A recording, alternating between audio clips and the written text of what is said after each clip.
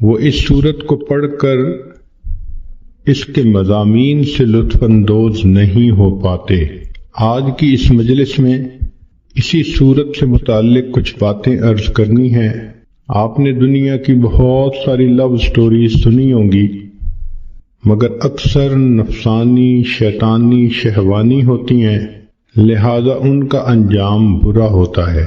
قرآن مجید کی یہ صورت بھی ایک لو سٹوری ہے اللہ رب العزت اور ان کے حبیب صلی اللہ علیہ وسلم کے درمیان، اور اس صورت کو ذرا غور سے سمجھنے کی کوشش کریں گی تو آپ کو عجیب باتیں سامنے آئیں گی۔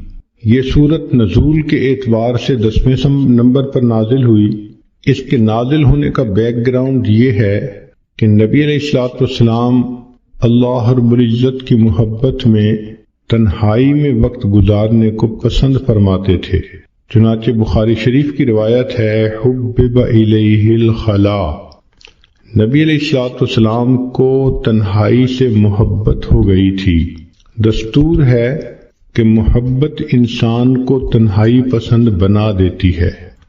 جس کو محبت کا روگ لگ جائے وہ چاہتا ہے کہ میں الگ رہوں، محبوب کی سوچوں میں رہوں، مجھے کوئی ڈسٹرب نہ کرے۔ چنانچہ نبی علیہ الصلوۃ والسلام ایک ہفتے کا کھانا لے کر غار حرا میں تشریف لے جاتے اور اللہ رب العزت کی عبادت میں مصروف رہتے۔ یہ عبادت کا سلسلہ چل رہا تھا کہ ایک دن اللہ رب العزت کی طرف سے جبریل علیہ الصلوۃ والسلام آئے اور ایک پیغام لائے، اقرأ بسم ربک الذی خلق۔ یہ باقاعدہ اظہار محبت کا پہلا موقع تھا کہ پروردگار عالم نے اپنے حبیب صلی اللہ علیہ وسلم سے ہم کلامی فرمائی۔ پھر نبی علیہ الصلوۃ والسلام کو یہ حکم ملا کہ آپ جائیے اور لوگوں کے سامنے میری وحدانیت کو بیان کیجیے۔ نبی علیہ الصلوۃ والسلام مکہ مکرمہ تشریف لائے اور وہاں آ کر آپ صلی اللہ علیہ وسلم نے اللہ تعالیٰ کی وحدانیت کا تذکرہ فرمایا۔ چونکہ مکہ مکرمہ میں مشرکانہ ماحول تھا، بیت اللہ شریف کے اندر 360 بت رکھے ہوئے تھے، تو اس ماحول میں توحید کی بات ایک اجنبی سی بات معلوم ہوتی تھی۔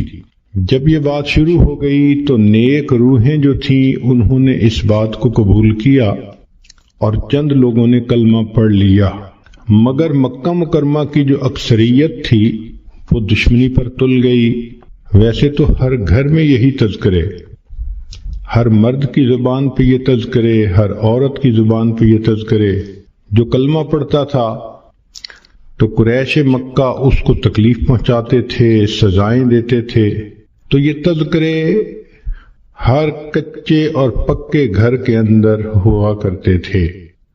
قریش مکہ انتظار میں بھی ہوتے تھے کہ دیکھتے ہیں کہ اب اور ان کو کیا پیغام ملتا ہے، اور چونکہ یہ محبت کے پیامبری کا ایک نیا سلسلہ تھا تو نبی علیہ السلام کو بھی انتظار رہتی تھی کہ میرے رب کی طرف سے مجھے کب پیغام ملتا ہے۔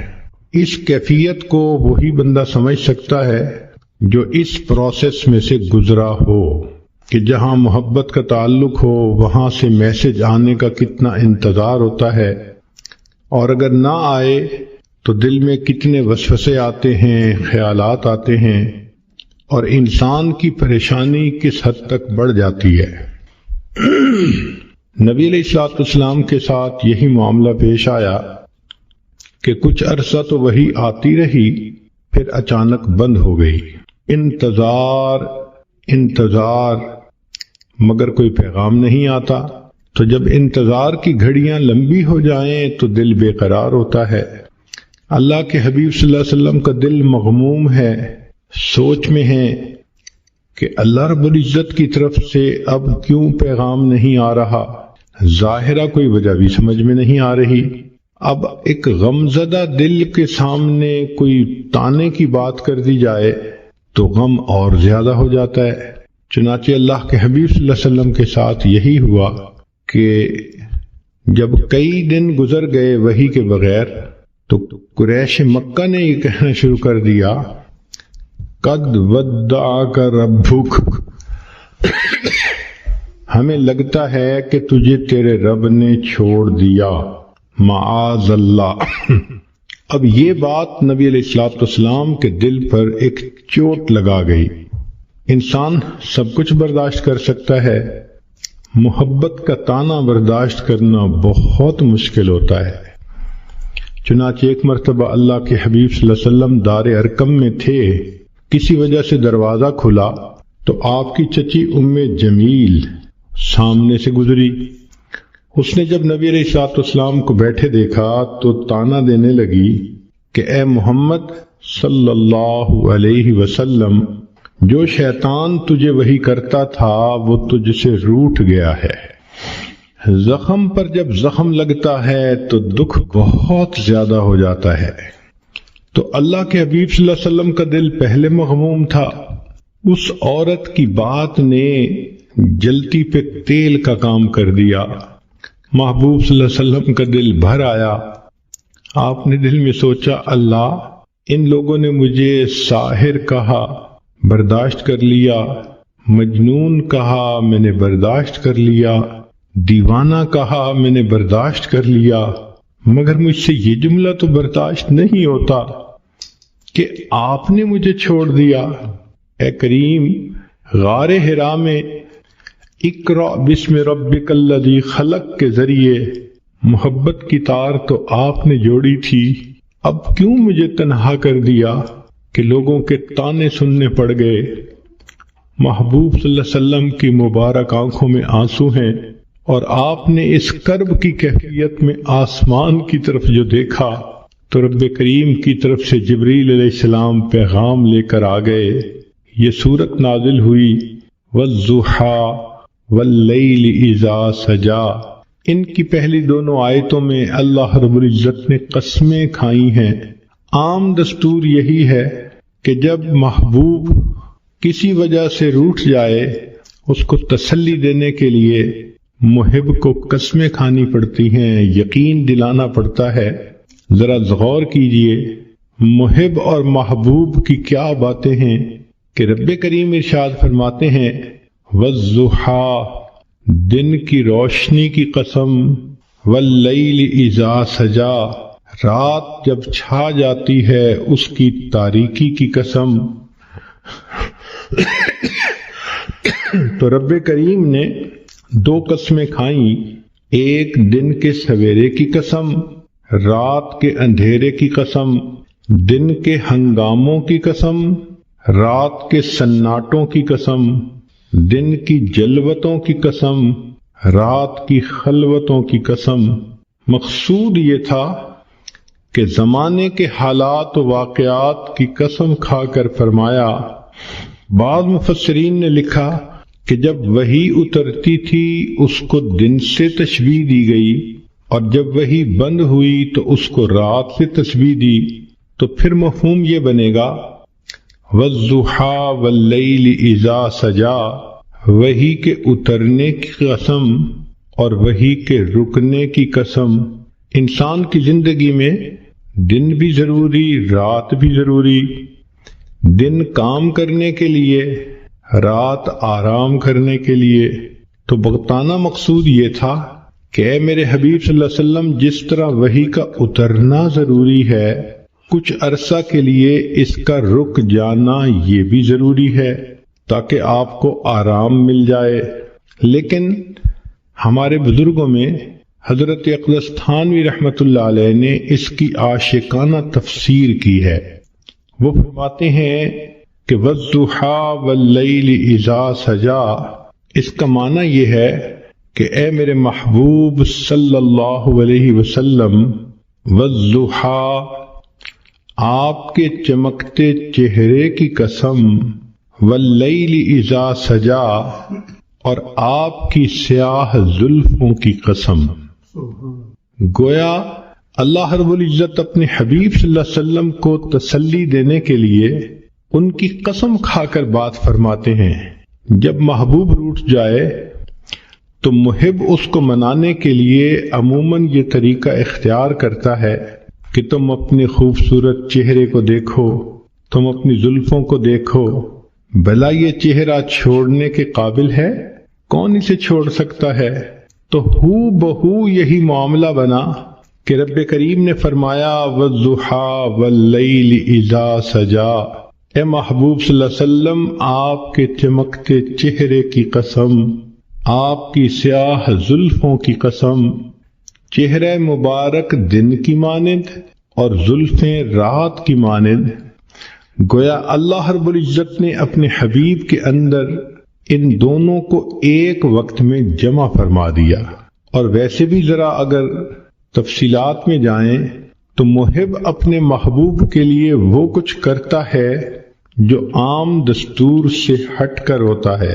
نبی علیہ الصلوۃ والسلام کے لیے اللہ رب العزت نے انوکھے معاملات کیے۔ ذرا غور کیجئے کہ آپ کی ذات بابرکات کے اندر سورج کے چمکتے جیسے چہرے کو اور رات کی طرح ضیاء زلفوں کو اکٹھا کر دیا۔ پھر نبی علیہ الصلوۃ والسلام کے لیے اللہ نے قبلتین کو بھی جمع فرما دیا۔ شب معراج میں اللہ رب العزت نے انبیاء اور فرشتوں کو اکٹھا فرما دیا، حتیٰ کہ بیت المقدس میں اللہ رب العزت نے عالم دنیا اور عالم برزخ کے لوگوں کو اکٹھا کر دیا۔ تو محبوب صلی اللہ علیہ وسلم کے لیے اللہ نے ایسے کام کیے جو عام لوگ انہونے سمجھتے ہیں، اور محبت میں تو یہ ہوتا ہی ہے۔ چنانچہ قرآن مجید میں اللہ رب العزت اپنے حبیب صلی اللہ علیہ وسلم کے چہرہ انور کا تذکرہ فرماتے ہیں، زلفوں کا تذکرہ فرماتے ہیں۔ آپ صلی اللہ علیہ وسلم کی پیشانی کو اللہ نے والقمر کہا، آپ صلی اللہ علیہ وسلم کی مبارک آنکھوں کو ما زاغ البصر کہا، آپ صلی اللہ علیہ وسلم کے مبارک ہونٹوں کو اللہ رب العزت نے شفتین کہا، آپ صلی اللہ علیہ وسلم کے مبارک کانوں کو کل اذن خیر کہا، آپ صلی اللہ علیہ وسلم کی زبان مبارک کو لا تحرک بہی لسانک کہا۔ یوں معلوم ہوتا ہے کہ اللہ رب العزت نے اپنے حبیب صلی اللہ علیہ وسلم کے قرآن میں جا بجا تذکرے فرما دیے۔ چنانچہ اس سورت کی یہ پہلی 2 آیتیں قسم کھا کر بات کی گئی، وَالضُّحَىٰ وَاللَّيْلِ إِذَا سَجَىٰ۔ یہاں پر ایک بات ذہن میں رکھیں کہ نبی علیہ الصلوۃ والسلام نے ارشاد فرمایا من سجد لغیر اللہ فقد اشرک، جس نے غیر اللہ کو سجدہ کیا اس نے شرک کیا۔ ایک حدیث پاک میں فرمایا من حلف لغیر اللہ فقد اشرک، جس نے غیر اللہ کی قسم کھائی اس نے شرک کیا۔ جس طرح بعض عورتیں اپنی لا علمی کی وجہ سے بیٹے کی قسم کھا لیتی ہیں، یا کچھ مرد عورت کی محبت میں گرفتار ہو کر اس کی قسم کھا لیتے ہیں، تیری قسم، تیرے سر کی قسم، بیٹے کی قسم۔ شریعت نے ان تمام قسموں کا کھانا منع کر دیا کہ قسم فقط ہم اللہ کے نام کی کھا سکتے ہیں، لیکن خود رب کریم نے اپنے حبیب صلی اللہ علیہ وسلم کی قسم کھائی، اس لیے کہ اللہ رب العزت کو اختیار ہے کہ وہ جو چاہے کرے۔ ذرا غور کیجئے کہ اللہ رب العزت نے نبی علیہ السلام کی عمر کی قسم کھائی، لعمرک، نبی علیہ الصلوۃ والسلام کے شہر کی قسم کھائی، لا اقسم بہذا البلد وانت حل بہذا البلد۔ اللہ رب العزت نے نبی علیہ السلام کے زمانے کی قسم کھائی، والعصر، نسبتوں کی قسم کھائی، فلا وربک، لیکن اللہ تعالیٰ نے مخلوق کو منع کر دیا کہ تم کسی کی قسم نہیں کھا سکتے۔ تو مفسرین نے اس میں نکتہ لکھا کہ جس طرح اللہ رب العزت اپنی وحدانیت میں وحدہ لا شریک ہے، تو اللہ رب العزت نے اپنے حبیب صلی اللہ علیہ وسلم کو یہ شان عطا فرمائی کہ اے میرے حبیب صلی اللہ علیہ وسلم، آپ محبوبیت میں وحدہ لا شریک ہیں، میں آپ کی تو قسم کھا رہا ہوں، لیکن آج کے بعد کوئی بندہ اپنے محبوب کی قسم نہیں کھا سکتا۔ یہ شرف فقط اللہ نے اپنے حبیب صلی اللہ علیہ وسلم کو عطا فرمایا کہ جیسے آپ میری وحدانیت میں شرک کو برداشت نہیں کر سکتے، میرے حبیب صلی اللہ علیہ وسلم میں آپ کی محبت میں بھی شرک کو برداشت نہیں کرتا۔ چنانچہ آپ کی قسم تو میں نے کھائی ہے تاکہ آپ کی فضیلت بیان ہو، لوگوں کو منع کر دیا کہ تم اپنے محبوبوں کی قسمیں نہیں کھا سکتے۔ چنانچہ فرمایا وَالضُّحَىٰ وَاللَّيْلِ إِذَا سَجَىٰ، آپ کے چمکتے چہرے کی قسم، آپ کی سیاہ زلفوں کی قسم، سوچو تو صحیح بھلا ایسا چہرہ چھوڑنے کے قابل ہو سکتا ہے؟ لہذا فرمایا ما ودعک ربک وما قلی، آپ تیرے رب نے تجھے چھوڑا بھی نہیں اور تیرے رب نے تجھ سے منہ موڑا بھی نہیں۔ عام طور پہ دنیا میں محب محبوب کے درمیان جدائی کے دو اسباب ہوتے ہیں۔ پہلا سبب یہ ہوتا ہے کہ حالات ہی ایک دوسرے کو جدا کر دے، اور دوسرا سبب یہ ہوتا ہے کہ کسی بات پہ دونوں میں ناراضگی ہو جائے اور دونوں الگ ہو جائیں۔ تو ایک کو کہتے ہیں چھوڑ دینا حالات کی وجہ سے، اور دوسرے کو کہتے ہیں منہ موڑ لینا ناراضگی کی وجہ سے۔ تو اللہ رب العزت نے اس آیت میں دو لفظ استعمال کیے، اے میرے چمکتے چہرے والے محبوب، اے سیاہ زلفوں والے محبوب صلی اللہ علیہ وسلم، جس کا چہرہ اتنا خوبصورت، جس کی زلف ہی اتنی خوبصورت، بھلا ایسے محبوب کو کوئی چھوڑ سکتا ہے؟ ما ودعک ربک وما قلی، تیرے رب نے تجھے چھوڑا بھی نہیں اور تیرے رب نے تجھ سے منہ موڑا بھی نہیں۔ اب یہاں تک نبی علیہ الصلوۃ والسلام کی تسلی کا پیغام کافی تھا۔ صرف اگر یہ 3 آیتیں اتار دی جاتی تو بات مکمل ہو جاتی کہ نبی علیہ السلام کو میسج مل گیا کہ ہم نے آپ کو چھوڑا بھی نہیں، آپ سے منہ موڑا بھی نہیں۔ مگر محب فقط تسلی نہیں بلکہ پھر تشفی بھی کرواتا ہے تاکہ ان محبوب کے دل کو سکون ہو جائے۔ لہذا رب کریم نے اس کے بعد ایک عجیب بات فرما دی، فرمایا وَلَلْآخِرَةُ خَيْرٌ لَكَ مِنَ الْأُولَىٰ، اے میرے حبیب صلی اللہ علیہ وسلم، آپ کا آنے والا وقت آپ کے گزرے ہوئے وقت سے بہت بہتر ہوگا۔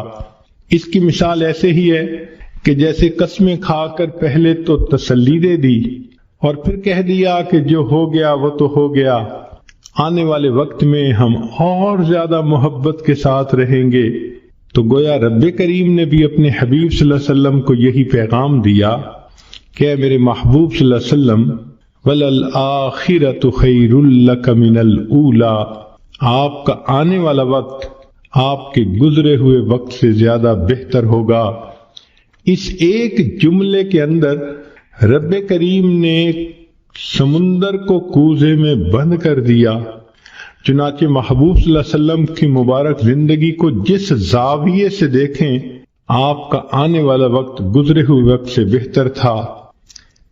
اے میرے حبیب صلی اللہ علیہ وسلم، جب آپ بطن مادر میں تھے تو آپ کا ولادت پانا اس سے زیادہ بہتر، پھر ولادت پانے سے آپ کا بچپن میں آنا زیادہ بہتر، بچپن سے آپ کا لڑکپن میں آنا زیادہ بہتر، لڑکپن سے آپ کا جوانی میں آنا اور زیادہ بہتر۔ وَلَلْآخِرَةُ خَيْرٌ لَكَ مِنَ الْأُولَىٰ، آپ کا آنے والا وقت آپ کے گزرے ہوئے وقت سے زیادہ بہتر ہوگا۔ اے میرے حبیب صلی اللہ علیہ وسلم، جب آپ کنوارے حالت میں تھے تو آپ اس وقت بھی اچھے تھے، پھر آپ کا شادی کا ہو جانا اس سے بھی زیادہ بہتر ہو گیا، اور پھر شادی کے بعد آپ کو اولاد کا مل جانا اس سے بھی زیادہ بہتر ہو گیا۔ وَلَلْآخِرَةُ خَيْرٌ لَكَ مِنَ الْأُولَىٰ، آپ کا آنے والا وقت آپ کے گزرے ہوئے وقت سے زیادہ بہتر۔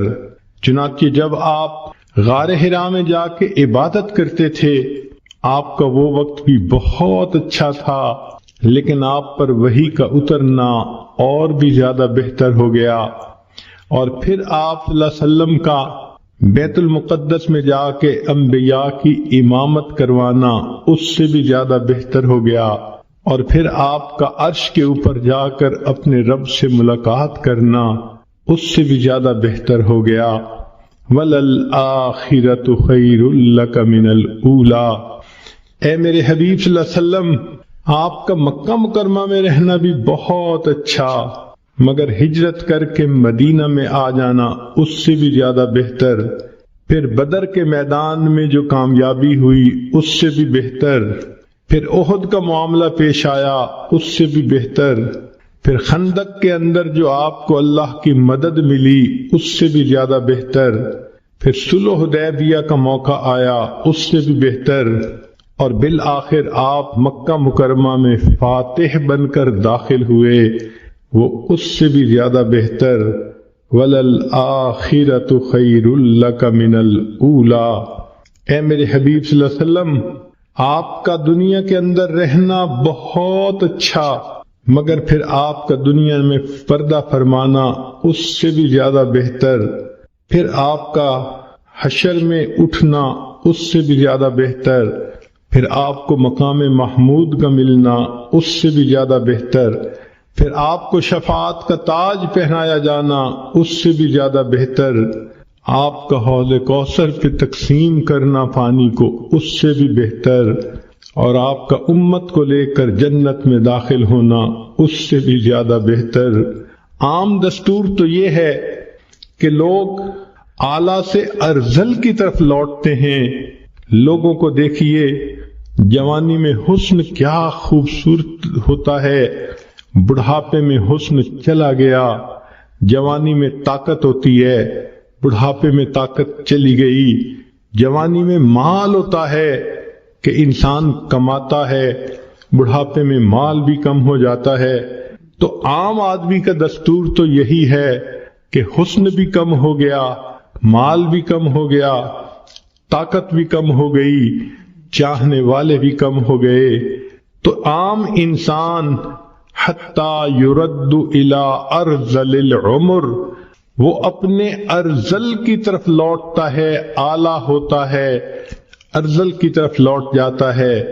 مگر اللہ رب العزت کے حبیب صلی اللہ علیہ وسلم کی شان نرالی، آپ کو اللہ نے ایک قاعدہ قانون بتلا دیا، میرے حبیب صلی اللہ علیہ وسلم، آپ کا آنے والا وقت آپ کے گزرے ہوئے وقت سے زیادہ بہتر ہوگا۔ اس میں جو خیر لکا فرمایا، تو یہ لکا کا لفظ آپ صلی اللہ علیہ وسلم کی امتیازی شان ہے، آنے والا وقت زیادہ بہتر۔ چنانچہ قیامت کے دن انبیاء پریشان ہوں گے، اللہ کے حبیب صلی اللہ علیہ وسلم اس وقت شفاعت فرمائیں گے اور امت کو لے کر جنت میں تشریف لے جائیں گے۔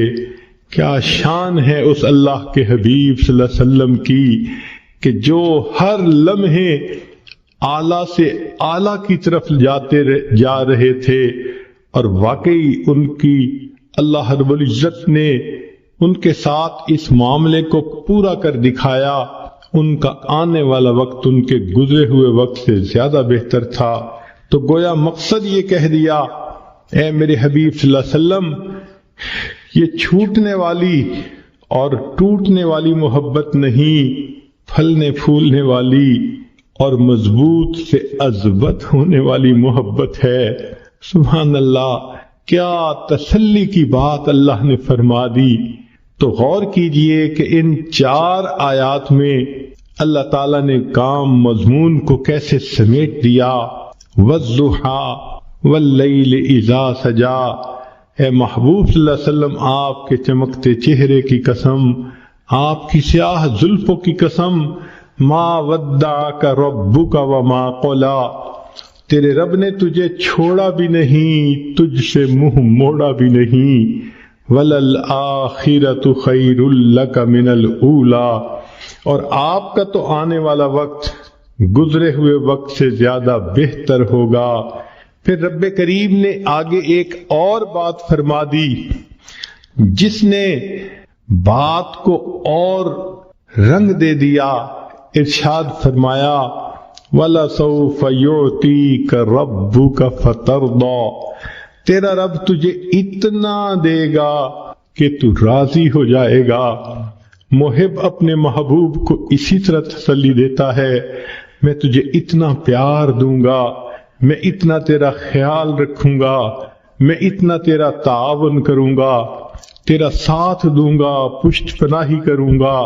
وَلَلْآخِرَةُ خَيْرٌ لَكَ مِنَ الْأُولَى، ایک تو آنے والا وقت گزرے وقت سے بہتر ہوگا، اور دوسرا وَلَسَوْفَ يُعْطِيكَ رَبُّكَ فَتَرْضَى، تیرا رب تجھے اتنا دے گا کہ آپ راضی ہو جائیں گے۔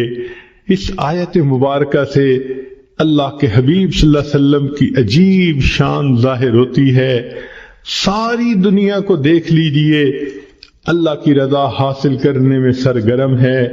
جس کو دیکھو اللہ کو راضی کرنے کے لیے کوئی سجدے کرتا ہے، کوئی قرآن پڑھتا ہے، کوئی روزے رکھتا ہے، کوئی مجاہدے کرتا ہے، کوئی رات اٹھ کے تہجد پڑھتا ہے، کوئی تسبیحات پھیرتا ہے، کوئی تنہائی میں بیٹھ کے رب کے سامنے ہاتھ اٹھا کے دعائیں مانگتا ہے۔ جس مرد کو دیکھو، جس عورت کو دیکھو، ہر کوئی اللہ کی رضا چاہتا ہے۔ اللہ ہم آپ کو راضی کرنے کے لیے چاہتے ہیں۔ انبیاء کرام کی زندگیوں کو دیکھو، آدم علیہ السلام نے کہا ربنا ظلمنا انفسنا، اس لیے کہ وہ اللہ کی رضا چاہتے تھے۔ نوح علیہ السلام نے طوفان کی حالت میں اللہ کی رضا مانگی۔ یونس علیہ السلام نے مچھلی کے پیٹ میں اللہ کی رضا مانگی۔ ایوب علیہ السلام نے بیماری کی حالت میں اللہ کی رضا مانگی۔ ابراہیم علیہ السلام نے اپنے بچوں کو، بیوی کو ایک وادی غیر ذی زرع میں چھوڑ کر اس سے اللہ کی رضا مانگی۔ یوسف علیہ السلام نے جیل میں جا کر مشقتیں اٹھا کر اللہ کی رضا مانگی۔ یعقوب علیہ السلام نے بیٹے کی جدائی پہ صبر کیا، اللہ کی رضا مانگی۔ موسیٰ کلیم اللہ نے کوہ پہ جا کر اللہ کی رضا مانگی۔ جس کسی کو دیکھو اللہ کی رضا کا طلبگار ہے۔ سبحان اللہ، اللہ کے حبیب صلی اللہ علیہ وسلم کی کیا شان ہے۔ اللہ فرما رہے ہیں وَلَسَوْفَ يُعْطِيكَ رَبُّكَ فَتَرْضَى، میرے محبوب صلی اللہ علیہ وسلم، رب تجھے اتنا دے گا کہ تو راضی ہو جائے گا۔ آج ولی کو دیکھو، ابدال کو دیکھو، کسی قطب کو دیکھو، غوث کو دیکھو، ہر کوئی اللہ کی رضا کا طلبگار ہے۔ آج کسی قاری کو دیکھو، حافظ کو دیکھو، عالم کو، مجتہد کو، محدث کو، ہر کوئی اللہ کی رضا کا طلبگار ہے۔ آج کے دور میں ہر امیر، ہر غریب، ہر گولا اور کالا، ہر عربی اور عجمی، ہر مرد اور عورت اللہ کی رضا کے طلبگار ہیں۔ مگر اللہ رب العزت فرماتے ہیں میرے محبوب صلی اللہ علیہ وسلم، پوری کائنات میری رضا کی طلبگار، اور میں پروردگار تجھے راضی کرنے کا طلبگار۔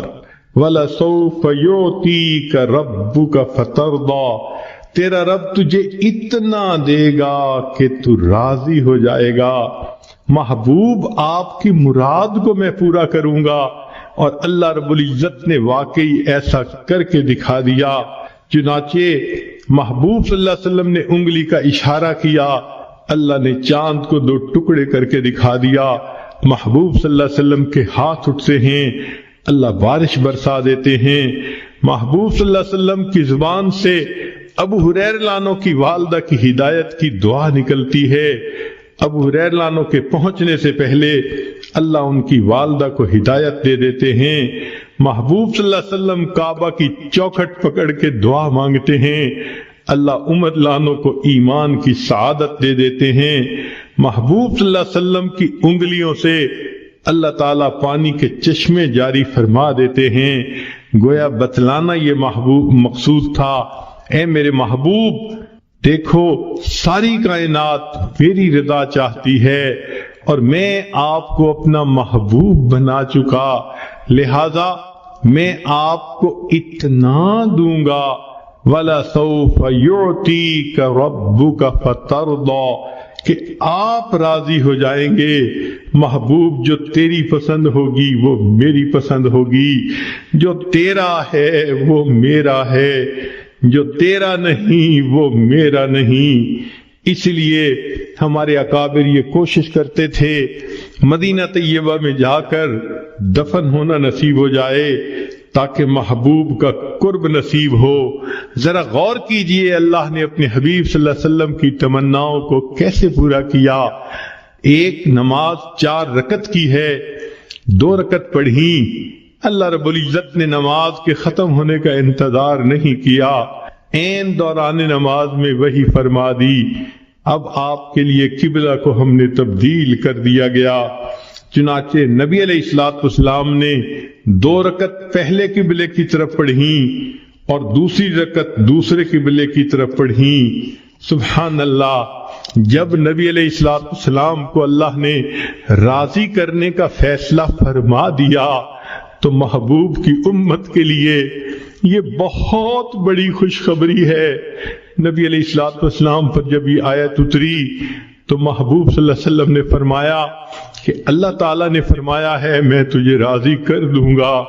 فرمایا میں اس وقت تک راضی نہیں ہوں گا جب تک میرا آخری امتی بھی جنت میں داخل نہیں ہو جائے گا۔ یہ کتنی بڑی خوشخبری ہے امت کے لیے کہ رب کریم نے اپنے محبوب صلی اللہ علیہ وسلم کو راضی کرنے کا وعدہ فرما لیا، اور محبوب صلی اللہ علیہ وسلم نے بتلا دیا میں اس وقت تک راضی نہیں ہوں گا جب تک کہ میرا آخری امتی بھی جنت میں نہیں چلا جائے گا۔ تو رب کریم نے اپنے حبیب صلی اللہ علیہ وسلم کو راضی کرنے کے لیے قرآن مجید میں خوشخبری عطا فرما دی، بلکہ محبوب صلی اللہ علیہ وسلم کے جو یار غار تھے ان کو بھی راضی کرنے کا تذکرہ قرآن میں فرما دیا، وَلَسَوْفَ يَرْضَى قیامت کے دن وہ اللہ سے اس کو راضی کر دیا جائے گا۔ چنانچہ نبی علیہ السلام کی یہ شان ہے کہ جو آپ صلی اللہ علیہ وسلم کی اتباع کرے گا اللہ رب العزت دنیا میں بھی اس بندے کی پشت پناہی فرمائیں گے، آخرت میں بھی پشت پناہی فرمائیں گے، اور پھر جنت میں اس کو داخلہ دے کر بالآخر راضی فرما دیں گے۔ یہ اللہ رب العزت کا